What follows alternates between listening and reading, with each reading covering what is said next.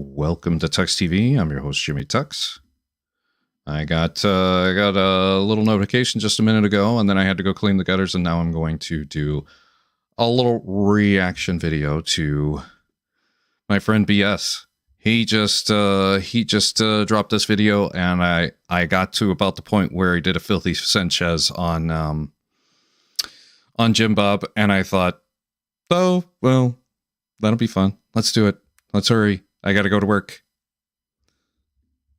The very popular atheist argument called the argument from evil, which is often claimed to be a defeater to God's very existence. I wish you wouldn't put penises to my lips. Okay.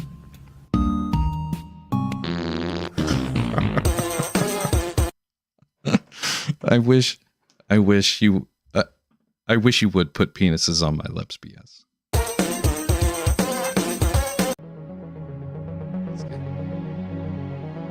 The light of created darkness.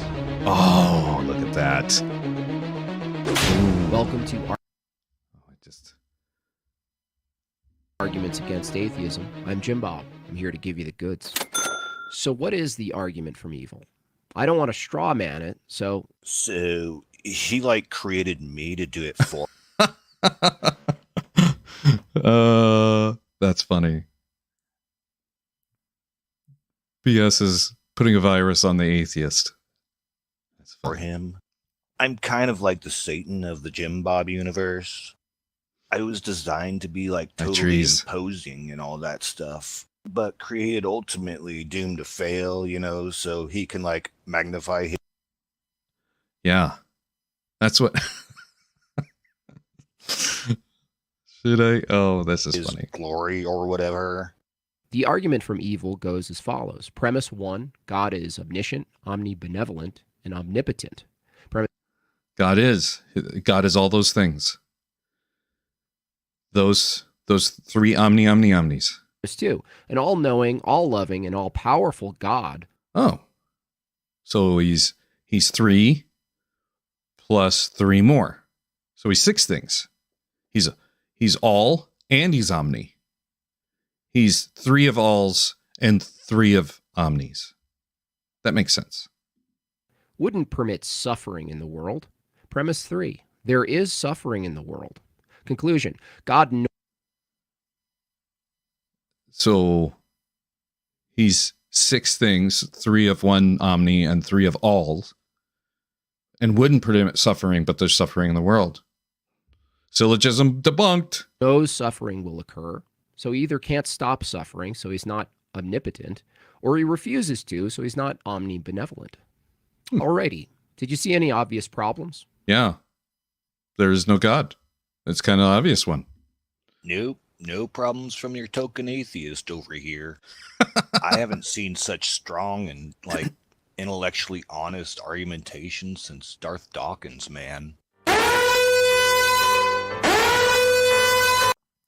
Creation corrupted.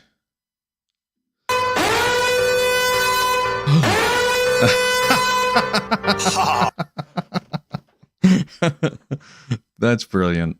I'm red pill now, biatch. Someone corrupted the system with free will. Mr. Anderson. Oh, Right. Brilliant. Brilliant. To see me? And now I'm free to tell you the truth. You little fork-tongued professional liar.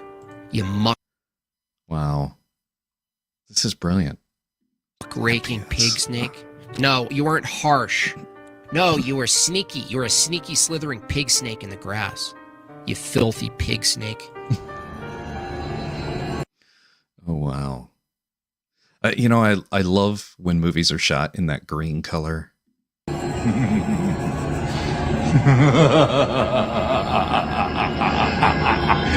Oh, my. I don't remember this for some reason. Must have been one of the follow-up ones that were just eye candy. The truth is Jim Bob is an evil creator. That depends on what you mean by evil. He only gave me a few mouth animations and doesn't even bother to lip sync them up. Ooh, ooh. See, it wasn't that hard. I'm about as intelligently designed as a being who requires water to survive on a planet where 97% of the water is undrinkable. Yeah. On top of that, he said long-suffering would be good for my soul or some bullshit. And then he fed my hands to llamas.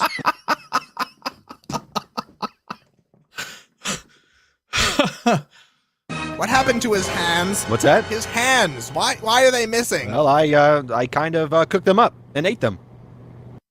Well, I have no idea what this cartoon is or why it's in this video.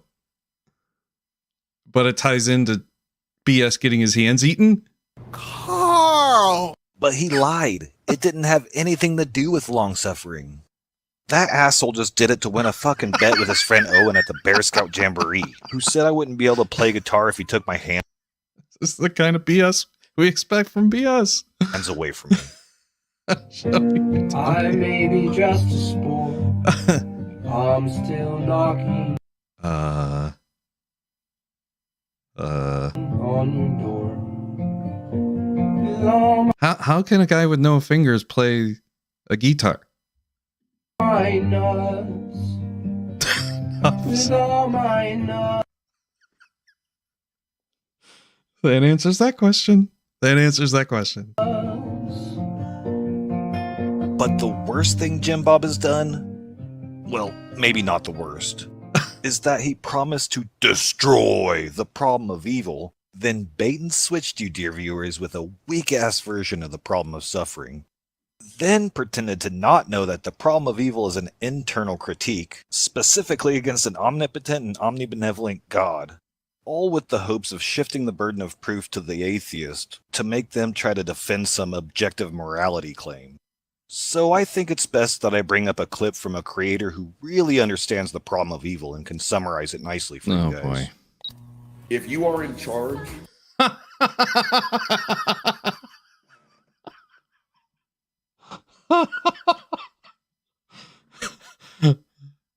That was a nice misdirection.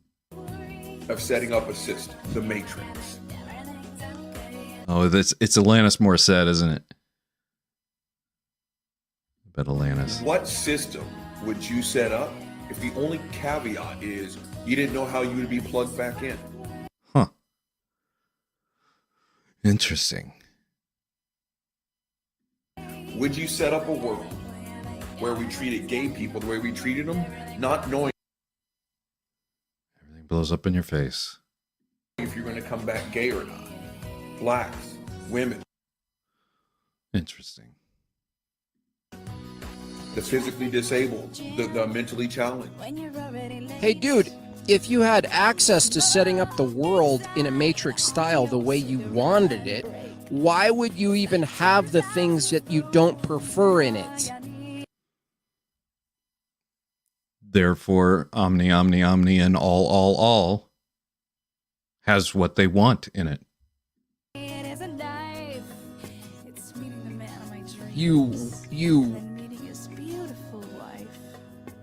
You googly-eyed freak, you stupid douchebag. Are you Almost there.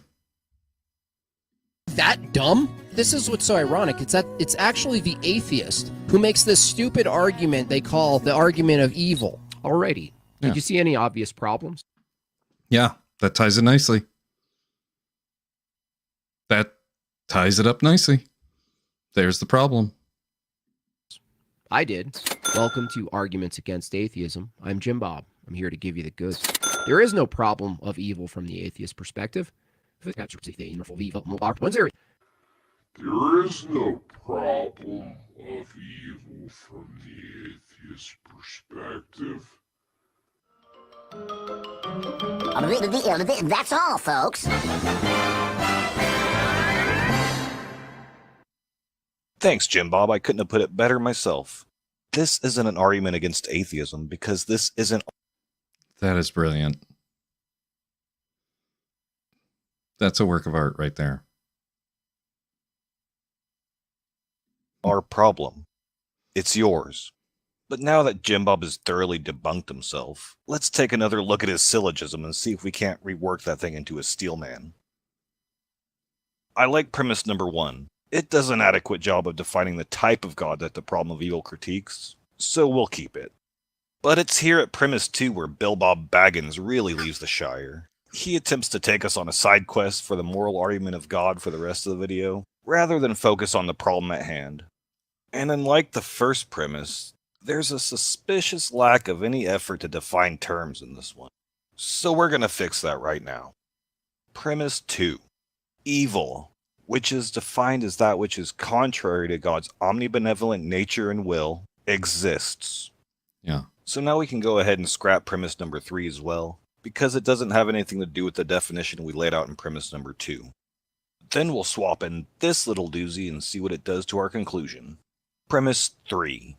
Due to God's omnibenevolent nature, it would be impossible for evil to exist prior to creation in a reality of God alone. So our conclusion is going to look similar to Jim Bob's here, but with more emphasis being placed on the omni-responsibility being put on the shoulders of the omnipowerful God. Conclusion. Through the act of creation, evil entered reality. God was either unaware, didn't care, or not strong enough to prevent evil. That's brilliant. That's brilliant. Well done, BS. There. Now Jim Bob can't accuse me of not bringing an argument to the party. But I can't help but be reminded of the time that I asked my creator what he grounded his morality in. And he said,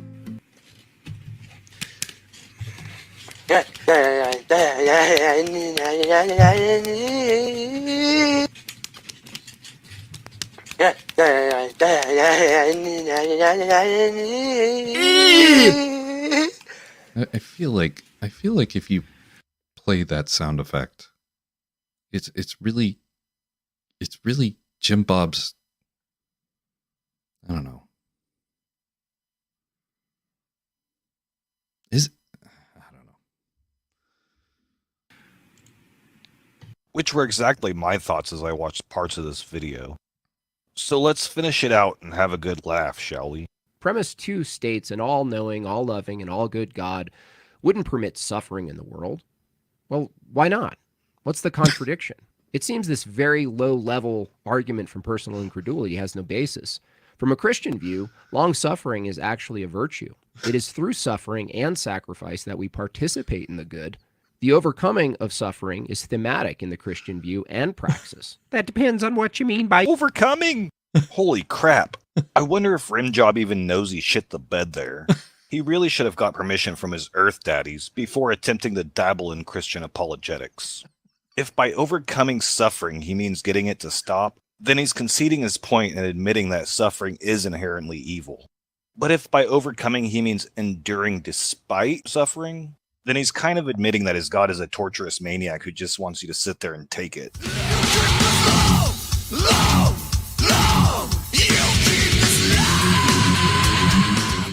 And by Jim Bob's logic, if long suffering is good, then longer and more excruciating suffering would be a greater good. And oddly enough, in Jim Bob's Christian paradigm, there is a state of eternal suffering and torment called hell, which using his big brain logic would actually be the greatest good that man could hope to achieve. But that, in a shocking plot twist, would actually make his Lord and Savior Jesus Christ evil for trying to prevent him from achieving the greatest good. Unless I was perhaps onto something with one of my more recent videos that'll be linked at the end of this video.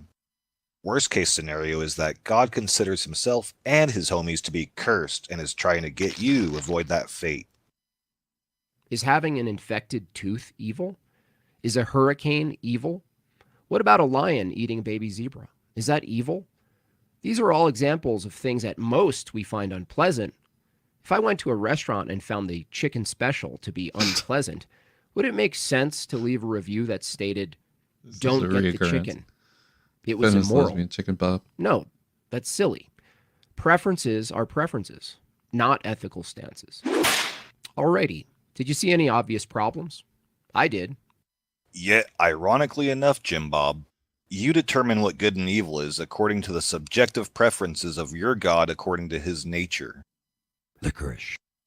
And regarding the toothache, I suppose it would always be wrong for you to take your child to the dentist if they ever had a cavity, because then you'd be depriving them of the opportunity of sharing in long-suffering with you in the Christian praxis.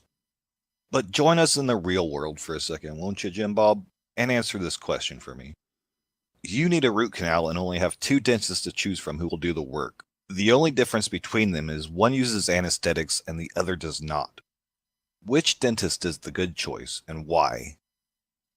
From here, Jim Bob's going to prattle on about Sam Harris much longer than I care to address, so I turned it into a quirky musical interlude. And I'm proud to be an American, where at least I know I'm free.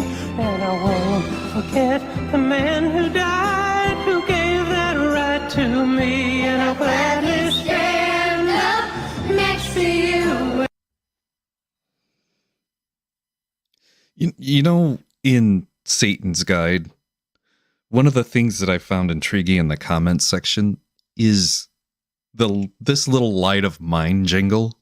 Christians couldn't stand that song in the context of Jesus getting kids to sing it. And to me, that was a inner reflection of any kind of things that you sing and you have a good memory associated with, and you suddenly flip the table and flip the screen, how much of a visceral reaction they get from it. This is perfect. And defend her still today, 'cause there ain't no doubt I love this land. God bless the USA. Isn't emotional and mental hardship an essential feature of growth? Even from an evolutionary perspective, the cycles the human body endures are sometimes painful. Shut up, Meg. But they're biological processes. Are they evil? There is a larger problem for this view that was best articulated by William Lane Craig. These children go immediately to heaven. They go to be with God. It was actually a tremendous blessing to these children for them to be killed. If well-being is the basis for moral good, is it possible to obtain the peaks of well-being by causing harm? Well, yes. These children go immediately to heaven. When the atheist says pain and suffering is bad, they are actually saying most people don't prefer to feel pain or suffering. Most people don't prefer the taste of licorice either. Licorice. If the atheist is claiming that we ought to pursue our preferences, then I'm not sure what was wrong with Jeffrey Dahmer eating brain custard. He merely preferred it to Ben and Jerry's. But I suppose it would be okay if Jeffrey Dahmer got a priest to transubstantiate the Ben and Jerry's into Jesus's brains. God damn these theists with their rules for thee but not for me. Jim Bob, these gross out reductio ad absurdums only work if you yourself don't belong to a cannibalistic blood cult. Well, now we're coming to the part of the video where he launches into a full-on altar call of the objective moral argument for God. Basically straight lines and crooked lines. And quite frankly, I'm getting bored to tears just thinking about watching that part of the video again. So I'm going to give Jim Bob the last word, and then we're going to wrap it up. In conclusion, there is no problem of evil from the atheist perspective.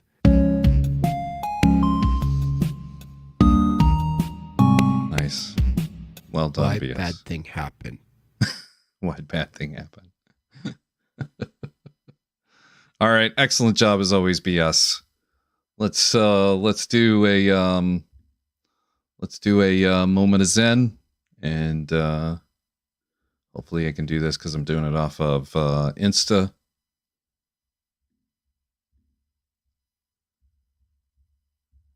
I'm not sure if I'm able to do this.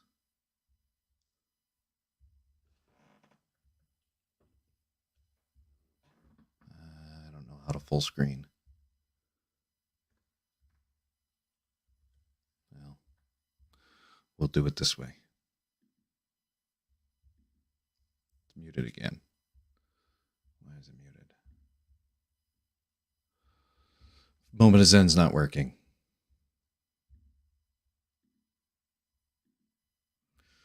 This is why I can never have nice things. All right. Moment of Zen's canceled. Sorry about that, folks. Excellent work, BS, as always. I got to get to work, though. So we're done. So pretend I said something witty. And then gave you some enlightenment as your moment is in. Bowtie bless you all. And this is BS's free gift of salvation. He let me leech this.